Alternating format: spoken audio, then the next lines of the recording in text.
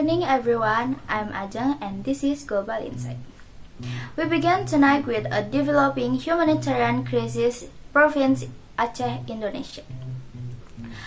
As we reach the end of January 2026, the people of Aceh are grappling with the aftermath of what is being called the most destructive flash flood in the region's modern history.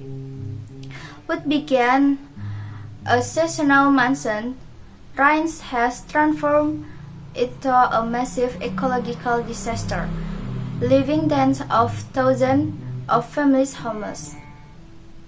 Tonight, as the flood water finally began to recede, the focus shifted from survival to accountability.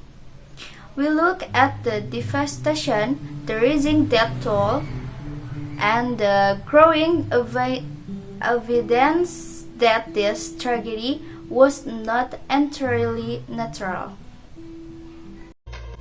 The sheer scale of the destruction is staggering. According to the latest data from the National Disaster Management Agency, North Aceh Regency remained the epicenter of the crisis. In districts such as Tanah Jambu Aya and Langkahan, entire neighborhoods are still buried under 2 meters of thick toxic mud. But the damage doesn't stop there. Infrastructure across Aceh Tamiang, East Aceh, and the Central Highlands has been completely paralyzed. In Central Aceh, a village were entirely cut off from the world for over a week after landslide obliterated mountain passes and bridges. For the test resident, food and medicines are only arriving by air as the terrain remains too unstable for ground convoys.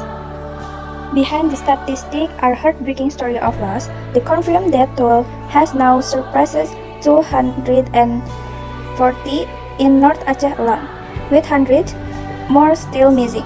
Currently, over 91,000 people are living in makeshift shelters across nearly 1,000 evacuation points. Health officials are now sounding the alarm. In overcrowded tents, thousands are suffering from acute respiratory infection caused by drying mud dust, while waterborne diseases like diarrhea and skin infection are spreading rapidly. Due to a lack of clean sanitation, the victims aren't just losing their homes, they are fighting to survive the secondary wave of this disaster. The question being asked across the nation tonight is, why was this so much worse than previous years? Environmental groups like WALHI and hydrologists on the ground provide a grim answer. This was not just a flood of water, it was a flood of debris.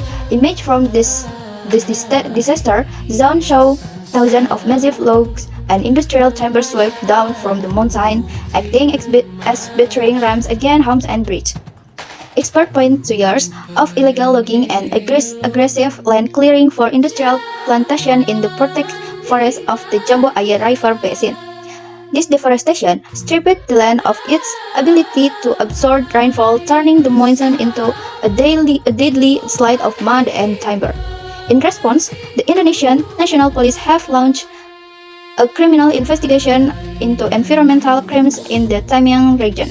Meanwhile, the provincial government has declared a 90 days recovery phase. The central government has pledged the construction of 50,000 temporary housing units, but for many who have lost everything, this promise feels like a drop in the bucket. As the cleanup begins, the tragedy in Aceh serves as a stark reminder of the cost of environmental neglect. Rebuilding a bridge is easy, restoring a destroyed ecosystem and the trust of a community is a far more difficult task. The eyes of the nation are now on the authorities to see if justice will be served against those who profited from the forest at the expense of human lives. We will continue to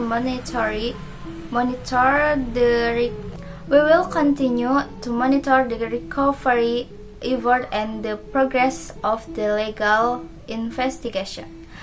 I'm Ajeng. Thank you for joining us. Stay safe and good evening.